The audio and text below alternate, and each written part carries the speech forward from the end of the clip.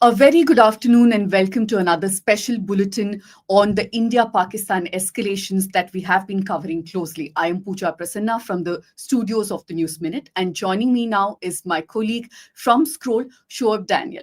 Now, if you're wondering what these bulletins are all about, for the last couple of days, we have been coming to you multiple times a day with very short bulletins, very focused ones, where we only put out verified facts. No hyperbole, we're not exaggerating things, we're not fabricating stories, and there's no bravado. Just facts that have been authenticated. And we'll also bring you ground reports from our reporters who are spread out in 3 states, parts of Kashmir, in parts of Jammu, and also from Punjab and Rajasthan. So the next couple of days, do tune in multiple times on all of our social media platforms as well as our YouTube channels, where you can catch us live at least 3 times a day. Now, before I go into this, a quick reminder that there is a barrage of misinformation, and that's exactly why we have been doing these lives. So don't fall prey before you forward anything to people on your WhatsApp groups or sharing it on social media. Make sure that it is verified information.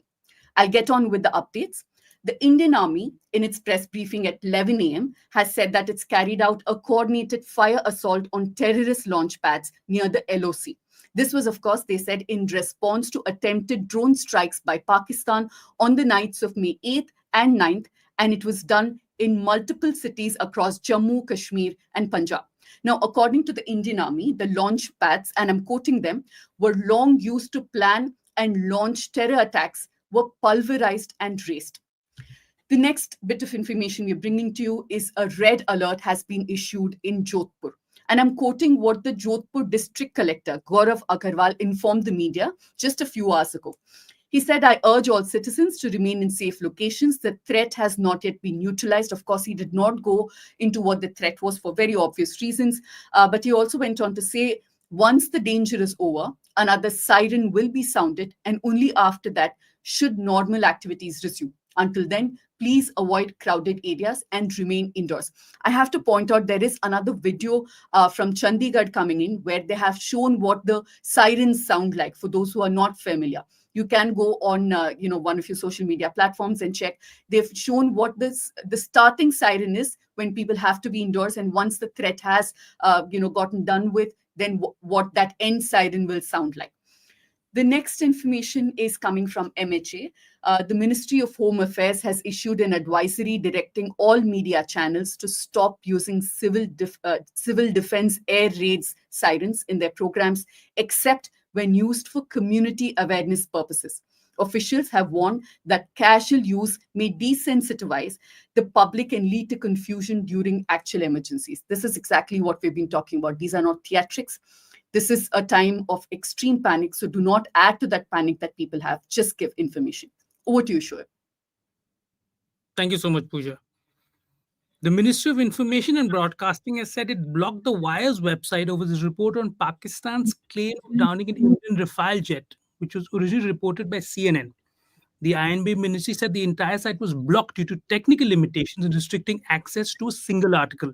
Though the Wire took down the report and the ministry ordered the site to be unblocked, users across India still faced access issues. Founder editor Siddharth Vadadarajan called the move unconstitutional and said no prior notice was given. The Wire is set to present its case before an interdepartmental committee on the 10th of May.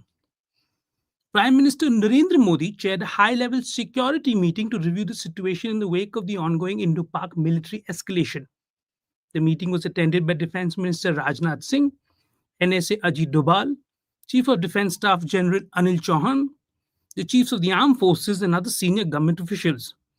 Discussions reportedly focused on operation preparedness, strategic responses, and national security coordination. Wing Commander Vyomika Singh, during the press briefing this morning, said all hostile actions have been effectively countered and responded appropriately. Indian armed forces reiterated their commitment to non escalation, provided it is reciprocated by the Pakistani military. India has also refuted claims that Pakistan destroyed an Indian S-400 systems at Adampur. The S-400 is a Russian mobile surface-to-air missile system that plays a critical role in Indian air defense. Calling it a continued malicious misinformation campaign, India said it unequivocally rejects these false narratives being spread by Pakistan. Over to you, Pooja. Yeah, thanks for that, Shoaib. I'm going to just quickly bring you a ground report from our colleague Ayush Tiwari, who was in Firozpur in Punjab earlier today. This report he recorded a couple of hours ago. We're not bringing you live visuals, but do take a look at what Ayush found there. I'm at the exact spot in Khai Phepe village in Firozpur district in Punjab, where at 9 p.m. last night, a drone landed, injuring 3 people, including a woman who has severe burns. All 3 of them are hospitalized. And according to 2 security officials who just inspected the site, the drone attacks continued till 5 in the morning. And the target was the Firozpur camp, which is about 5 kilometers from here. The officials said that most of the drones were intercepted at the cantonment, but it's unclear how one of them landed up here. The eyewitnesses in this village say that they saw red blinking lights in the sky around 9 p.m. and then they heard a huge explosion, which was exactly in this house where we are standing. The whole event has left a sense of dread and anxiety and uncertainty among the people here. That was Ayush bringing you that report from Punjab. Before I hand it back to Shoaib, a quick reminder, we will come back with another bulletin at 8 p.m. And at the time, we will have Nidhi Suresh and Anmol, who are in parts of Jammu, bring you ground reports from a camp that they're visiting and also a health center. So do join us at 8 p.m. And if there are any updates after this bulletin, we will include that in that 8 p.m. bulletin. Over to you, Shoaib. Thanks, Pooja. Moving on to international diplomacy now, which is heating up as the India-Pak conflict is escalating. Saudi Arabia said on Saturday that it was working to mediate between the two countries. Remember, Saudi Arabia has been both to India as well as to Pakistan. Meanwhile, Indian Foreign Minister Dr. S. Jaishankar said he spoke to his US counterpart, US Secretary of State Marco Rubio. He said, and I quote, India's approach has always been measured and responsible and remains so, in a terse statement after the meeting. Meanwhile, domestic politics is also heating up. The opposition on Saturday criticized the ruling Bharatiya Janata Party for posting a video on social media taking credit for Operation Sindoor and attacking the previous UPA-led government. Over to you, back to you, Pooja. So before I wrap up, let me quickly tell you that the PIB, the Press Information Bureau, has been constantly fact-checking things. Of course, this is in addition to fact-checkers like Alt News and Boomlai, who have been doing this over time, especially over the last 10 to 15 days. I'm going to give you 3 bits of misinformation that has been debunked, something that, if it was not debunked, could have spread a lot of panic.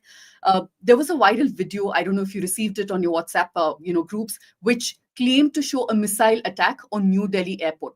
The PIB has now clarified that the video was fake, and it was actually a video of a gas station explosion in Yemen, and it was from August 2024. They've also said it had no connection to the current situation. Now, there was another video aired by AIK News claiming that the Udhampur air base was destroyed in a Pakistani airstrike. This has, of course, been debunked by PIB Fact Check, and they've said in an official clarification that the footage actually shows a fire at a chemical factory in Hanumangarh in Rajasthan. And of course, it's not anyway related to the ongoing India-Pakistan conflict. The last one are visuals of the Bathinda airfield that was spread, and also there were claims that the airfield has been destroyed. Now, earlier today in the morning as well, in the press conference, they did show some pictures to show that the airfield is fully operational with absolutely no damage. And the public has also been advised to remain vigilant and refrain from sharing any unverified or misleading content. This is the whole point, of doing these bulletins, apart from the fact that we want to bring you updates that are verified and also ground reports from our reporters. One of the prime reasons that we're coming to you several times a day is to make sure that we debunk and give you information that is not true.